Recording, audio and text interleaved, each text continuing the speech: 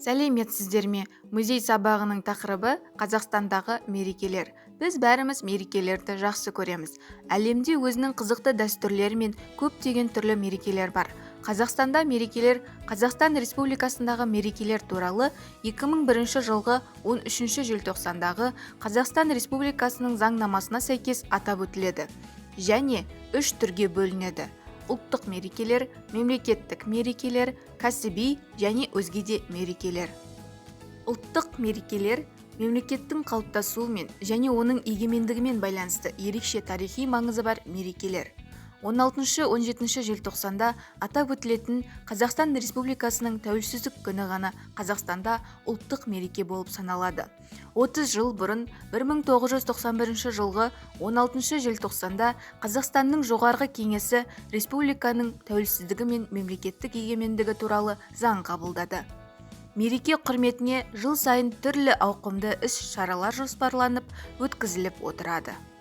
Мемлекеттік мерекелер. Бұл қоғамдық саяси оқиғаларға арналған мерекелер. Елімізде 9 мереке мемлекеттік мәртебеге жаңа жыл. Бүкіл әлемде атап өтілетін мереке. Қазақстанда оны Григориан күнтізбесіне сәйкес 1-2 қаңтарда атап өтеді.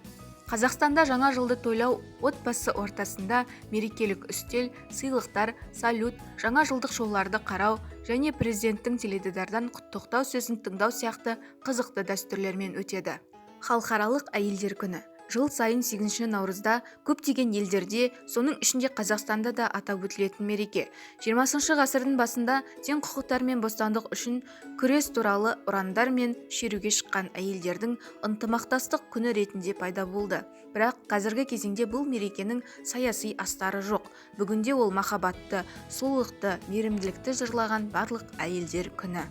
Наурыз мейрамы 5000 жылдан астам уақыт бойы әртүрлі ұлт өкілдері атап өткен көктемнің жылдың басымен байланысты ежелгі мейрам. 1991 жылы тұңғыш президенттің жарлығымен 22 наурыз мерекелік күн, наурыз мейрамы болып жарияланды. Өйткені бұған дейін ұзақ уақыт бойы наурызды ресми түрде тойлауға тыйым салынған болатын. Мемлекеттік мереке ретінде Қазақстанда ғана емес, Тәжікстан, Өзбекстан, Түркменстан, Әзербайжан, Қырғызстан және Түркия сияқты елдерде де аталып өтіледі.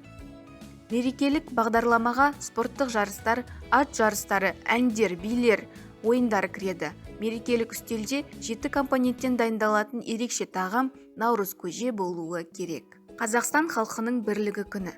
1995 жылы 18 қазанда еліміздің тұңғыш президенті 1 мамырды Қазақстан халқының бірлігі күні деп жариялау туралы жарлыққа қол қойды.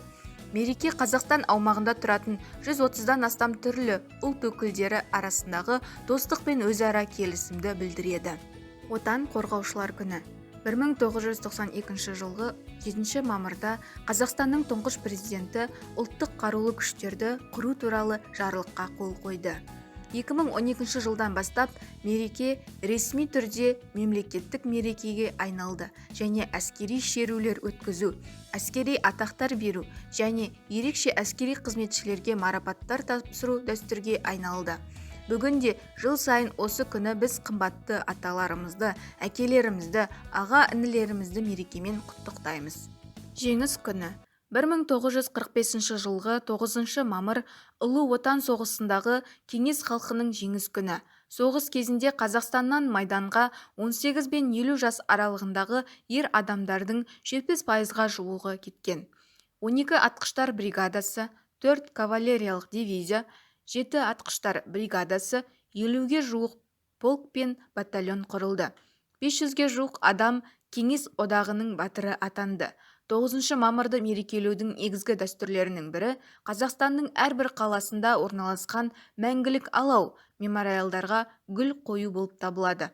Сондай-ақ соғыс ардагерлері мен тыл майданының қызметкерлерін құрметтеу бойынша түрлі іс-шаралар өткізіледі. Қазақстан Республикасының астанасы күні. 6 шілдеде Қазақстанда Астана күні атап өтіледі. 1994 жылы 6 шілдеде Қазақстан жоғарғы кеңесінің Астананы Алматыдан Ақмолаға көшіру туралы қаулысы қабылданды. Бүгінде Қазақстанның елордасы Нұр-Сұлтан деп аталады. Астана күні бүкіл Қазақстан бойынша атап өтіледі. Қазақстан Республикасының Конституция күні. Қазақстан Республикасы Конституциясы 1995 жылғы 30 тамызда жалпы ұлттық референдумда қабылданды. Сондықтан қазіргі уақытта бұл мереке жыл сайын 30 тамызда атап өтіледі. Тұңғыш президент күні. 1 желтоқсанда елімізде тұңғыш президент күні атап өтіледі. 1991 жылы 1 желтоқсанда республикадағы алғашқы бүкіл халықтық сайлау нәтижесінде Нұрсұлтан Әбішұлы Назарбаев ел президенті лауазымына сайланды. Барлық мерекелер өте маңызды. Олар халықтың өмірінің ажырамас бөлігі, оның рухани байлығы мен мәдениетінің көрінісі. Сондықтан оларды ешқашан ұмытпау керек.